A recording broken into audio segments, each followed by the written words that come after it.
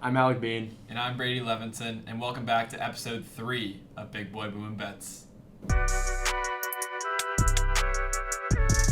For starters, me and Brady didn't do great last week. Nope.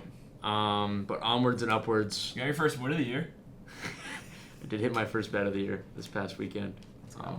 Huge for the economy. Yeah. Can only go up from here. We're going up, and we're starting it off by going up with Jahmyr Gibbs anytime touchdown at minus 175 against the Browns. He had 2 last week against the Ravens. Ravens is a great defense, obviously. The Browns are the Browns. Not much else to this pick other than the fact that Jahmyr Gibbs is going to go off because I need him to. And so, yeah, lock it in, minus 175. Wow. I'm just straight to it today. I'm on business, to be honest. I'm really tired of losing, and I'm tired of all the theatrics. I just want to get straight to it and tell you that I'm going to win. I love it. My only pick that hit last week was Bengals-Vikings over 44.5. The Vikings did it themselves, and that's all you need to know about last week. All right, anyways, lock of the week. I'm doubling down on the Green Bay Packers. They really hurt me last week, but I'm taking their spread -7 against the Cowboys at minus 105. Now you're probably like, Brady, why would you bet on the Packers spread again when they just lost to the Browns? It's the Cowboys. It's a Micah Parsons revenge game. The Cowboys looked terrible last week. They got blown out by the Chicago Bears. Are we serious?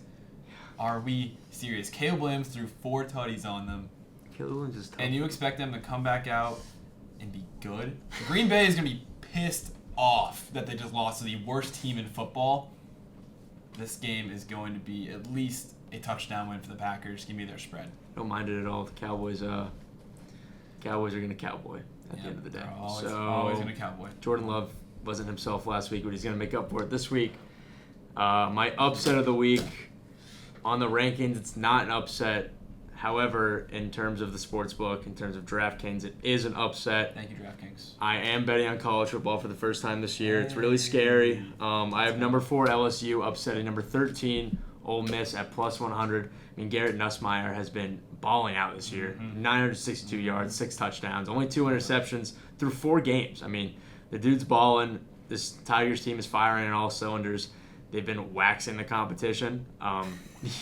The only close game really was against Clemson, which was a touchdown game which was first game of the year at Clemson when Clemson was ranked number 4. So this LSU team is the first real test of the year this weekend against Ole Miss against Lane Kiffin. I don't even know their quarterback anymore because Jackson Dart is starting for the Giants now. That's all I know. Wow. Shout out Jackson Dart actually. Shout out Jackson Dart.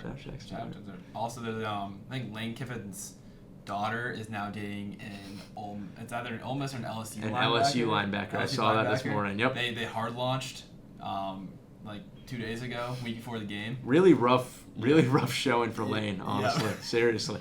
Anyways, number 4 LSU over 13 at Ole Miss plus 100. Lock it in. Call it the Kiffin Bowl now, I guess. Jesus. Kiffin versus future Kiffin. Who knows?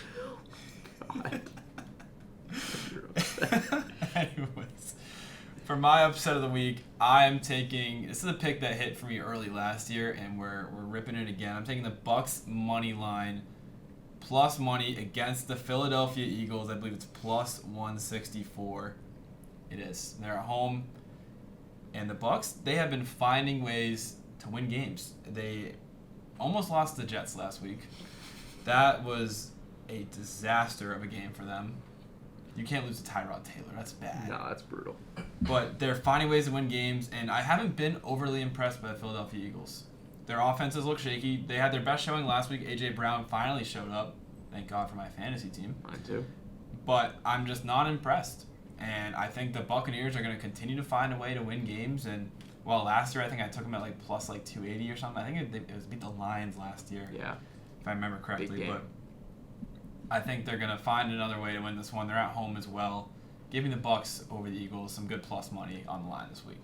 Yeah, absolutely love that pick, Brady. Buccaneers are going to make you a lot of money this year.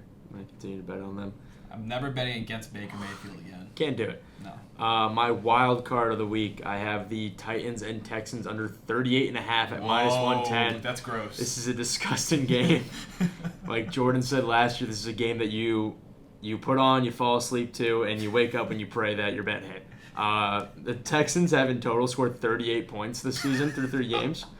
CJ Stroud is like god awful. The Titans are also awful. Honestly, I like Titans money line this game. I like Titans money line in all honesty.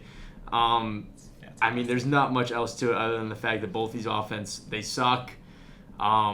Defenses aren't great, but when you have a terrible offense, you have nothing to worry about on the defensive end. So under 38.5 is probably going to smack. They might only score 20 points this game, realistically. Minus 110, lock it in. I love it. I love everything about it. I love how gross it is. I love how awful it is. I think that's one of the lowest over-under lines I've seen in quite a while. It makes sense. Place a bet, turn the game off, turn it back on maybe if it's a close game with like 5 minutes left. It won't be. It won't be. But if it is, it's probably like 7 to 7. It could be like 7 to 7. I was gonna say 6 to 7. Dude, go right on to there. your pick. Right go there. on to your pick. Give it up.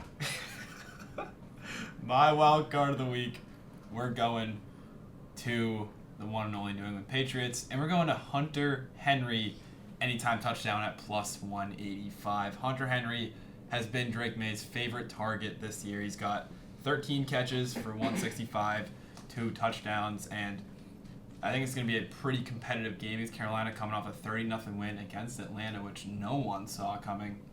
I think this is going to be a pretty competitive game between these 2 1-2 foes, and I see Drake May throwing to Hunter Henry a lot more, especially in the end zone. So give me Hunter Henry to score a touchdown on Sunday. Yeah, Drake May lover on Instagram is probably loving the fact that Drake May's 5th in passing yards, and I don't see that slowing down because he's the best quarterback in the league, and you can lock it in now.